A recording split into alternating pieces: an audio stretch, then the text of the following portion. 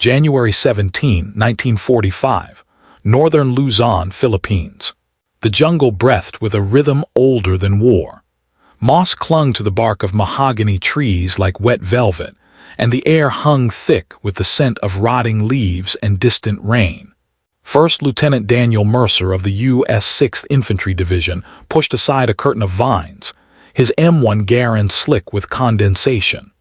Behind him, 32 men moved in a staggered line, their boots squelching in black mud that had not seen sunlight in weeks.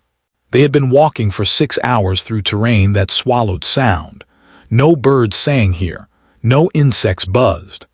Only the occasional crack of a branch underfoot or the metallic click of a rifle safety being checked broke the silence. They were hunting ghosts. Intelligence reports had spoken of a village, unnamed on any map, somewhere in these highlands where Japanese forces had established a supply depot. The coordinates were approximate, the information weeks old, passed along by Filipino guerrillas who had vanished back into the forest like smoke. Mercer's orders were simple: locate, assess, neutralize if necessary. But as they climbed higher into the mountain fog, something else crept into the mission brief. Something unspoken.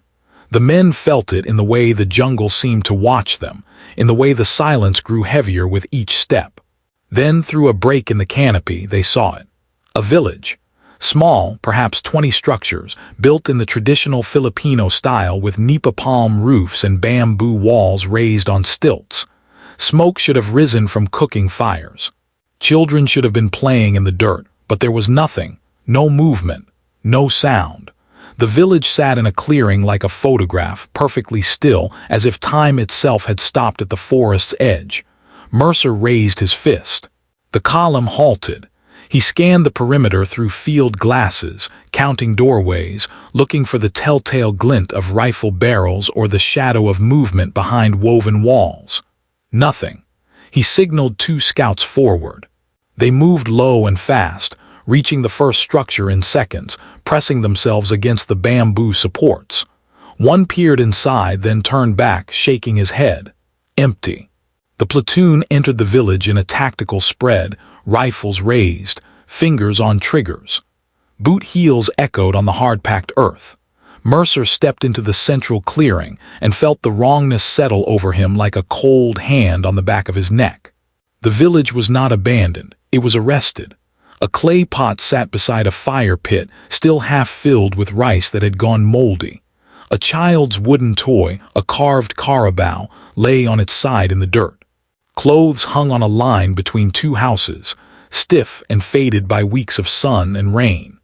And in the doorway of the largest structure, a pair of sandals sat neatly side by side, as if their owner had just stepped out of them and would return at any moment.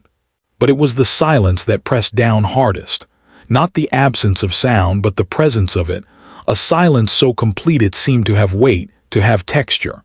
The kind of silence that follows a scream. Sergeant Kowalski, a stocky Polish kid from Chicago, approached Mercer with his rifle still trained on the tree line. "Sir, this doesn't feel right." Mercer nodded slowly. "Fan out, check every building, I want to know what happened here." To understand what the Americans found in that village, one must first understand what had come before. The Philippines in early 1945 was a landscape of ghosts and rubble. 3 years of Japanese occupation had transformed the archipelago into a vast prison camp, where brutality had become routine and survival a daily negotiation with death. The Japanese Imperial Army, once welcomed by some Filipinos as liberators from American colonialism, had revealed itself to be something far darker. Villages suspected of harboring guerrillas were burned. Civilians were executed for possessing American currency. Women were taken to comfort stations. The occupation had not merely conquered territory, it had attempted to extinguish the very idea of resistance. General Tomoyuki Yamashita, the Tiger of Malaya, commanded Japanese forces in the Philippines by 1945, but his tiger had lost its teeth. Cut off from supply lines, harassed by guerrillas, and facing the overwhelming industrial might of the American war machine, his army had fractured into desperate pockets scattered across the islands. Some units maintained discipline, fighting with the fanatical determination that had defined Japanese military culture since the Meiji Restoration. Others had descended into something more primal. Hunger and isolation had turned soldiers into scavengers. Fear of capture had transformed men into executioners of entire communities. The village in northern Luzon existed in the overlap of these realities. It had been too small to matter strategically, too remote to warrant permanent garrison, but it had mattered enough to be noticed. And in the logic of a collapsing empire, being noticed was a death sentence.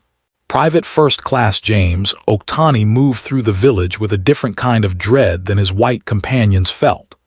Oketani was Nisei, second-generation Japanese-American, born in California, raised between two worlds.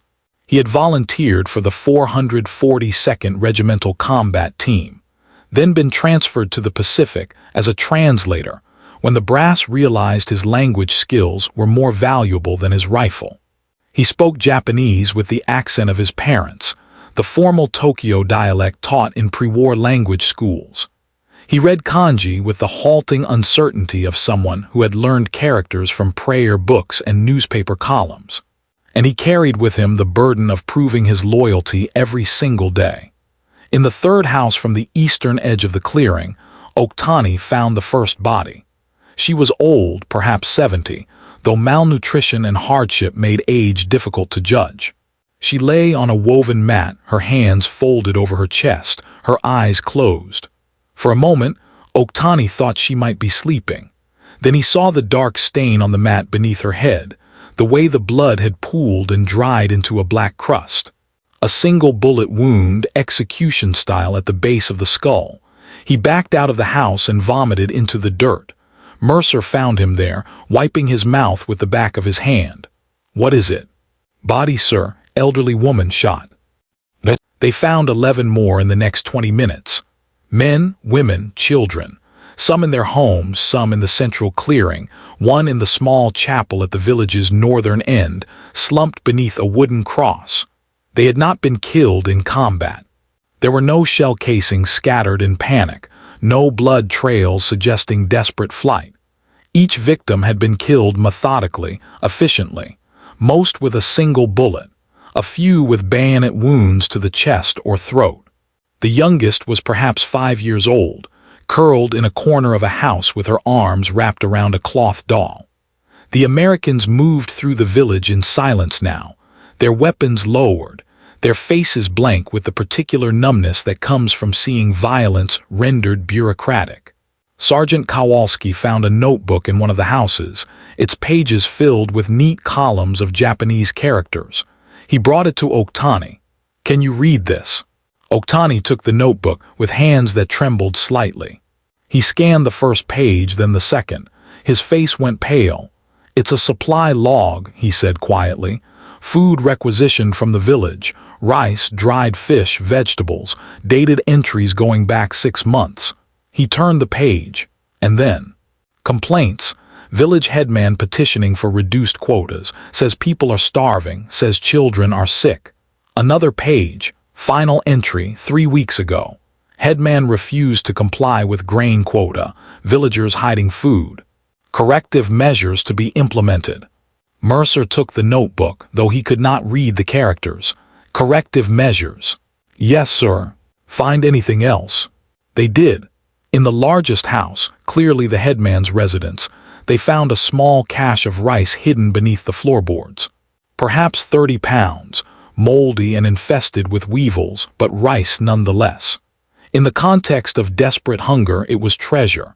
In the context of military discipline under an empire that valued obedience above life, it was treason. The Japanese soldier in 1945 carried with him a worldview forged in centuries of samurai tradition and decades of nationalist indoctrination. He had been taught from childhood that death was preferable to surrender, that the emperor was divine, that Japan's destiny was to lead Asia into a new order free from Western corruption. He had been shown propaganda films depicting American soldiers as barbaric, materialistic devils who desecrated the dead and tortured prisoners. He had been told that capture meant not just personal shame, but eternal dishonor to his family name. And he had been promised victory, always victory.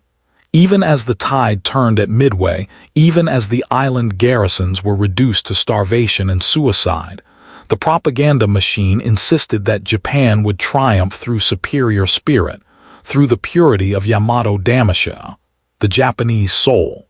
But by 1945, the men holding the perimeter in places like northern Luzon knew better. They had watched their comrades die of malaria and dysentery. They had eaten grass and boiled leather when the supply lines failed. They had seen American artillery turn fortified positions into moonscapes, had watched B-24 bombers pass overhead in formations so large they blotted out the sun. The divine wind had not come. The American devils had not been swept back into the sea. What remained was discipline, the iron framework of military hierarchy that had held the imperial army together even in defeat. An officer's order was absolute. To question was to betray. And when an officer decided that a village's failure to meet grain quotas was sabotage, when he determined that an example must be made, there was no mechanism for mercy. The soldiers who had walked into that village 3 weeks before Mercer's platoon arrived had been hungry. They had been deaf, who rebel against authority but from those who surrender to it too completely, who stop asking questions, who accept that some lives matter less than orders. The silence in the village was the silence of voices that had been permanently stilled. But the silence that followed, the silence in the camps and tents and mess halls where men processed what they had witnessed, was different. It was the silence of reckoning, of recognition, of men grappling with the knowledge that they had come face to face with an evil that was not exotic or foreign or incomprehensible, but terrifyingly human. An evil that could exist anywhere systems demanded blind obedience, and individuals stopped believing that their choices mattered. Mercer would return to New Hampshire in December 1945. He would resume teaching American history at the same high school where he had worked before the war, but his lessons would change. He would spend less time on dates and battles and more on the fragile architecture of democracy, on checks and balances, on the Bill of Rights, on the reasons why the founders had been so obsessed with limiting government power. He would tell his students about a village he had found in the mountains of Luzon, though he would spare them the most graphic details. And he would challenge them to understand that freedom was not natural or inevitable, but something that had to be chosen and defended every day. Some of his students would remember those lessons decades later.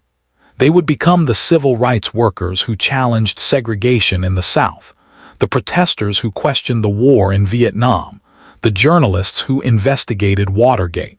They would inherit the understanding that patriotism meant holding your country accountable to its highest ideals, not excusing its failures.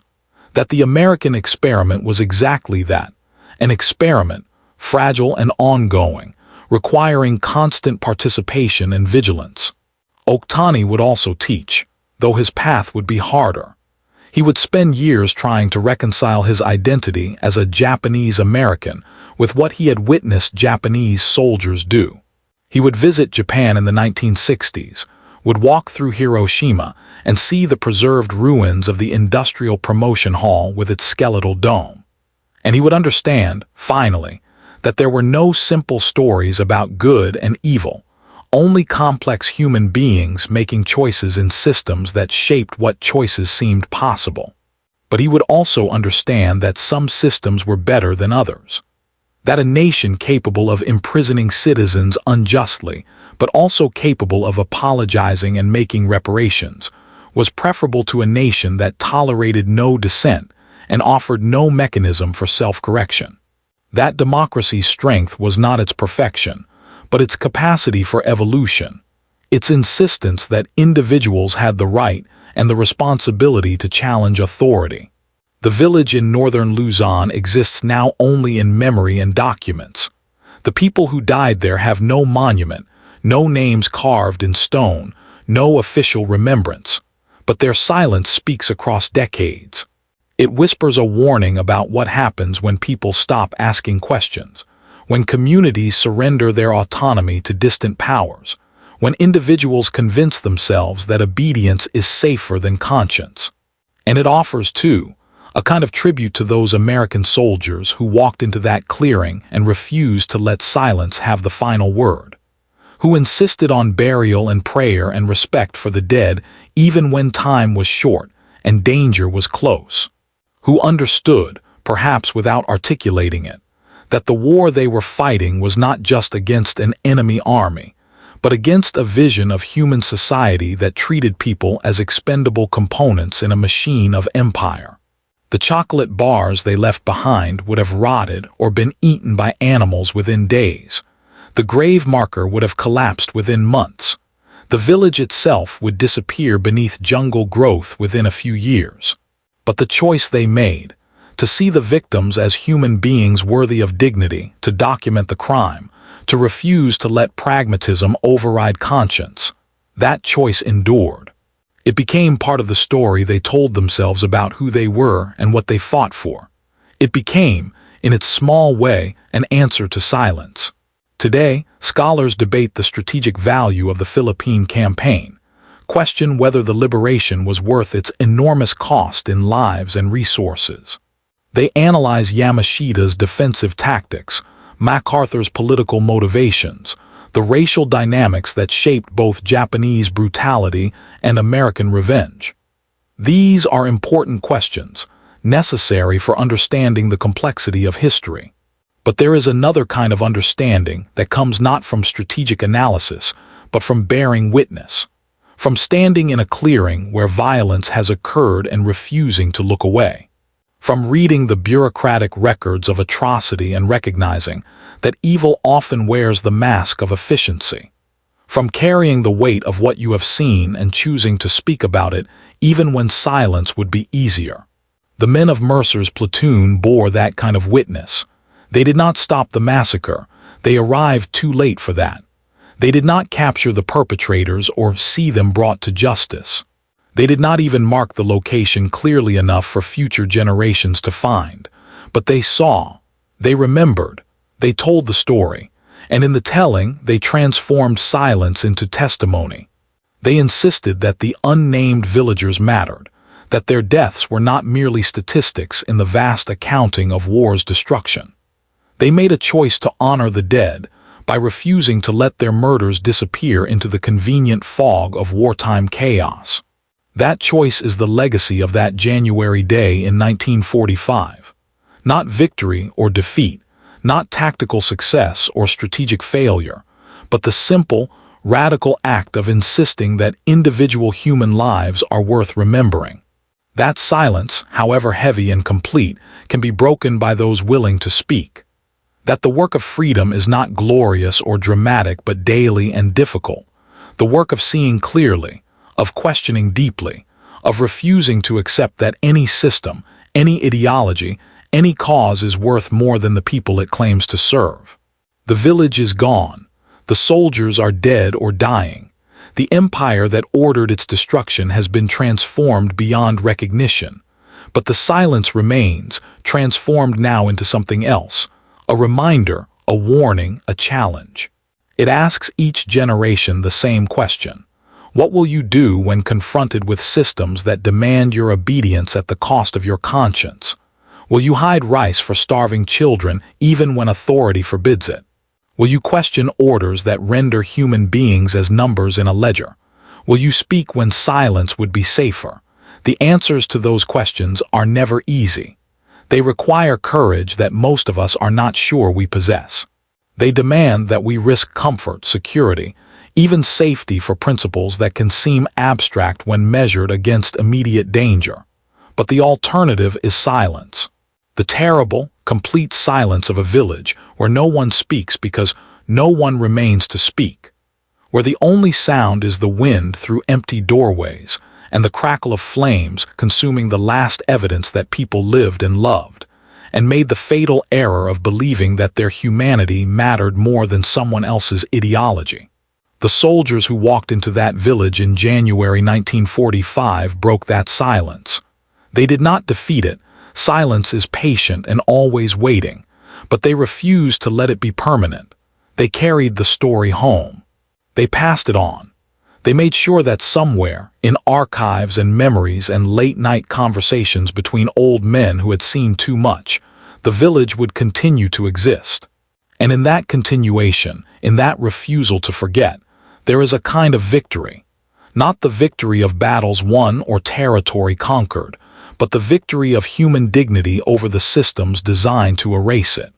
The victory of choosing, again and again, to value individual lives over abstract causes.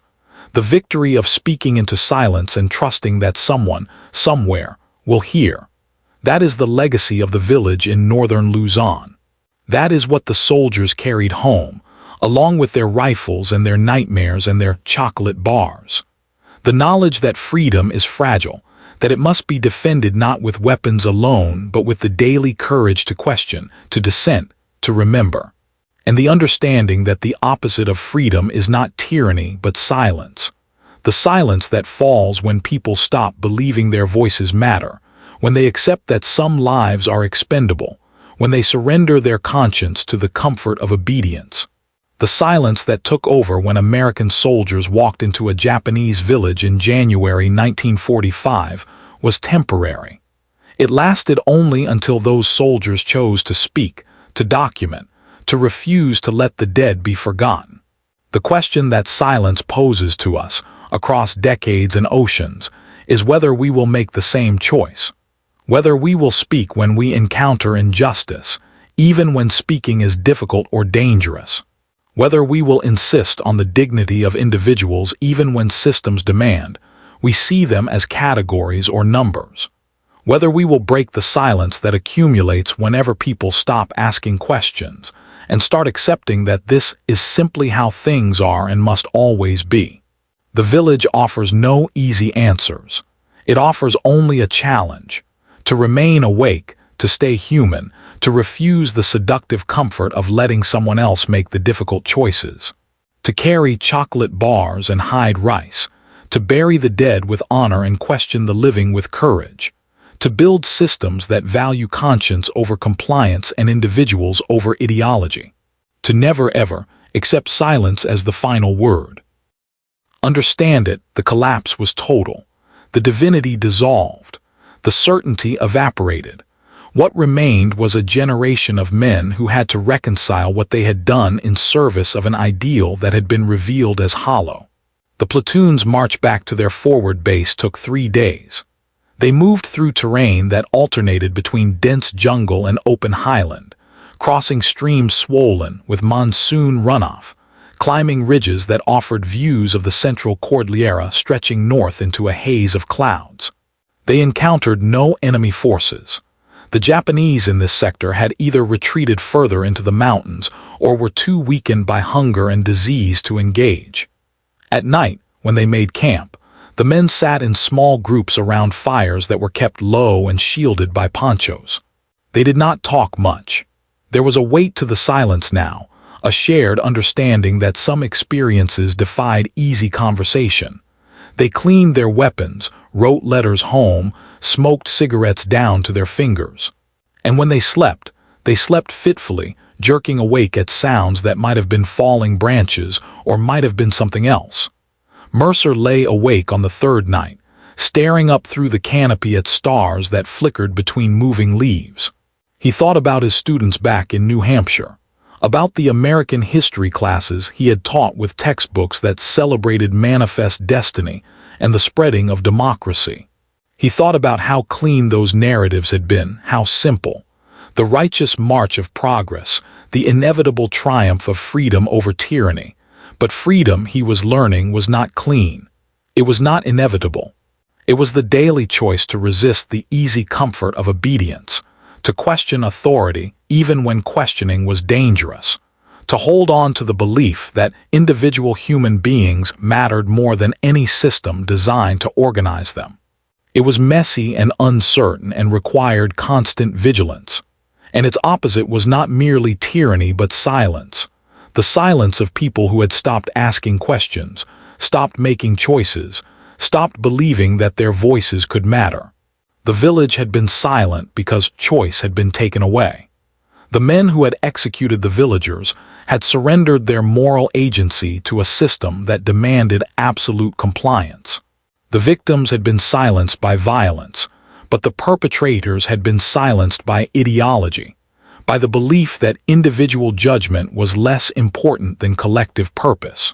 And the Americans who had walked into that clearing had been confronted with the stark clarity of what that silence produced. When they reached the forward base, Mercer submitted his report and was told that his platoon would have 48 hours of rest before the next operation. The men dispersed to their tents, to hot meals and mail call and the small comforts of a military camp that felt safe by comparison to the jungle. Oketani was summoned to division headquarters to translate captured documents. He went without complaint, though the work meant reading more supply logs, more execution orders, more bureaucratic records of atrocity rendered in neat calligraphy. Mercer found himself at the camp chaplain's tent that evening, not because he was particularly religious, but because he needed to talk to someone who might understand. Father O'Brien was writing letters for wounded men who could not hold pens. He looked up when Mercer entered, saw something in the young lieutenant's face, and set his work aside. They talked for 2 hours. Mercer described the village in detail, the toy in the dirt, the sandals in the doorway, the notebook with its careful entries. He talked about the grave they had dug and the cross they had made and the way the village had burned. And he asked the question that had been eating at him since that afternoon. How do you stop it, Father? How do you prevent that kind of evil? O'Brien was silent for a long time. He was a man who had seen the aftermath of Omaha Beach, who had given last rites to boys bleeding out in the mud of Normandy. He did not believe in easy answers. You can't prevent it entirely, he said finally. Evil is a choice that people make individually and collectively. And some systems make it easier to choose evil, make it seem righteous or necessary or inevitable. But what you must do, is build systems that make it harder. Systems that value questions over obedience, that protect dissent, that insist on the dignity of individual human beings even when it's inconvenient or costly. You can't eliminate evil, but you can refuse to organize your society around it. And if people don't value those things, if they choose order over freedom, then you remind them what order without freedom looks like. You tell stories, you remember, you make sure that the silence doesn't become permanent. Mercer nodded slowly. He thought about his students again, about the classes he would teach when he returned home. He would tell them about the village. He would make them understand that democracy was not a gift given once and possessed forever, but a practice that had to be renewed every day. That freedom required discomfort, required the courage to speak when silence would be easier, required the willingness to defend the rights of others even when their beliefs were different or threatening. He would tell them that silence was not peace, that the absence of conflict was not the same as justice, that the hardest work of citizenship was staying vigilant, staying engaged, staying loud. 70 years later, historians would compile comprehensive databases of war crimes in the Pacific Theater. They would cross-reference Japanese military records with survivor testimonies, would use geographic analysis to identify likely locations of unreported massacres. A village matching the description in Mercer's report, unnamed, approximately 20 structures, northern Luzon highlands, would appear in several guerrilla accounts from early 1945. But its exact location would never be confirmed. The jungle had kept it secret. The notebook that Oketani translated would be scanned and uploaded to digital archives, accessible to researchers around the world. It would become a primary source document in dissertations about occupation policy, about the breakdown of military discipline, about the human cost of totalitarian ideology. Graduate students would analyze its language, its bureaucratic tone, the way it rendered murder as administrative procedure. And the soldiers of Mercer's platoon, those who survived to old age, would gather at reunions and memorial services and tell each other the story again. The details would remain remarkably consistent, a testament to the way trauma burns certain memories into permanence. They would describe the silence, always the silence, as the most haunting part. The way the village had seemed to be holding its breath. The way sound itself had fled from the evidence of what had occurred there. Some of them would say, in their final years, that the silence had never really left them, that it had followed them home, had taken up residence in the spaces between words, in the pauses before sleep, in the moments when they looked at their own children and grandchildren, and wondered what kind of world they were passing on. The silence had become a responsibility, a reminder that evil thrives not in the presence of violence, but in the absence of voices willing to name it, to challenge it, to refuse its logic. The rice hidden beneath the floorboards of the headman's house had been moldy and infested, worth perhaps a few dollars in any market, but its value had never been economic. It had been a symbol of autonomy, of the right to make choices about survival without waiting for permission from those who claimed authority. The headman had known the risk. He had chosen to hide food rather than watch children starve. And he had paid for that choice with his life, and the lives of everyone he had tried to protect. The chocolate bars that American soldiers carried in their K-rations were also symbolic. They represented a different kind of choice. The choice of a nation that had decided its soldiers deserved comfort as well as survival, that individual morale mattered as much as collective discipline. The abundance was tactical, yes, but it was also philosophical. It said, "You are worth more than the minimum required to keep you fighting. You are a person, not just a function." That difference, between systems that treated people as resources to be consumed and systems that treated them as individuals to be valued, was not merely rhetorical. It was the difference between rice hidden in the dark and chocolate distributed in daylight, between silence enforced by fear and speech protected by law, between societies that could evolve and societies that could only devour themselves. On the morning of January 20, 1945, 3 days after they left the village, Mercer's platoon was ordered north to join the advance toward Balit Pass. They would fight through some of the most difficult terrain of the Philippine campaign, would lose men to ambush and disease and accidents that had nothing to do with enemy action.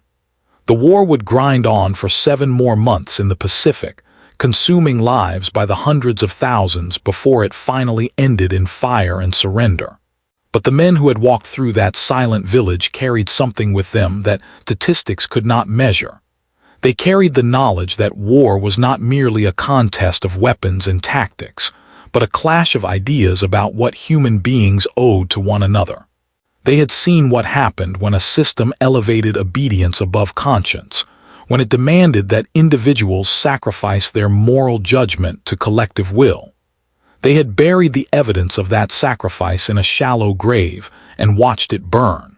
And they had chosen, however imperfectly, to be different, to be the kind of soldiers who buried the enemy's victims with respect, who left food for survivors, who saluted the dead because death itself was tragedy regardless of which flag a person had lived under.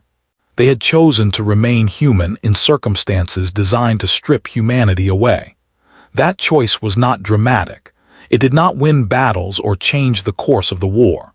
But it was the choice that mattered most, the one that would echo through decades and across oceans, the one that would define what they passed on to their children when they tried to explain what they had fought for. They had fought, ultimately, for the right to make choices, for the freedom to question, to dissent, to hide rice when children were starving and damn the consequences, for the belief that individual human lives were more sacred than any ideology, any system, any empire's claim to divine purpose. They wrapped each body in whatever cloth they could find, and Father O'Brien from Brooklyn said prayers in Latin, while the men stood with their helmets in their hands. When they filled in the grave, Corporal Williams, a farm boy from Iowa who had once wanted to be a carpenter, fashioned a cross from bamboo and lashed it together with vines. Mercer ordered the village burned, not out of malice but out of practicality. They could not leave it standing to be reoccupied. They could not risk it becoming a rallying point or a shelter for regrouping enemy forces. So they set torches to the dried palm roofs and watched as the structures went up in flames that crackled and popped and sent sparks spiraling into the afternoon sky. As the village burned, Oketani sat on a fallen log at the clearing's edge, the supply notebook still in his hands. He had translated the entire document now, every careful entry, every polite petition, every bureaucratic notation of violence. In the final pages, he had found something that made his stomach twist: a commendation. The officer who had ordered the executions had filed a report praising his men's discipline in carrying out necessary population control measures to ensure continued operational security. Necessary. The word sat in his mind like a stone in water, sending ripples outward. Mercer approached and sat beside him. For a long time, neither man spoke. They watched the flames consume the last standing walls, watched the smoke rise and dissipate into the jungle canopy. "You did good work today, Oketani," Mercer said finally. "Did I, sir? You helped us understand what happened here. Understanding doesn't bring them back." Mercer had no answer for that. He was 24 years old, a schoolteacher from New Hampshire who had never fired a gun in anger until he landed on Leyte. He had been trained to read maps and follow orders and keep his men alive. No one had trained him for this. "My parents are in Manzanar," Oketani said quietly. "Internment camp in California, been there since '42. I get letters sometimes. My mother writes about the dust storms, about how the barracks have gaps in the walls and the wind comes through at night. My father doesn't write. He stopped after the first year." Mercer listened. "I used to be angry about it," Oketani continued. "Used to think it was wrong, locking up American citizens just because of what we looked like, and it is wrong. But then I see something like this." He gestured toward the burning village. "And I think about what those soldiers were taught to believe, about obedience, about duty, about how the group matters more than the individual, and I wonder if maybe America got something right.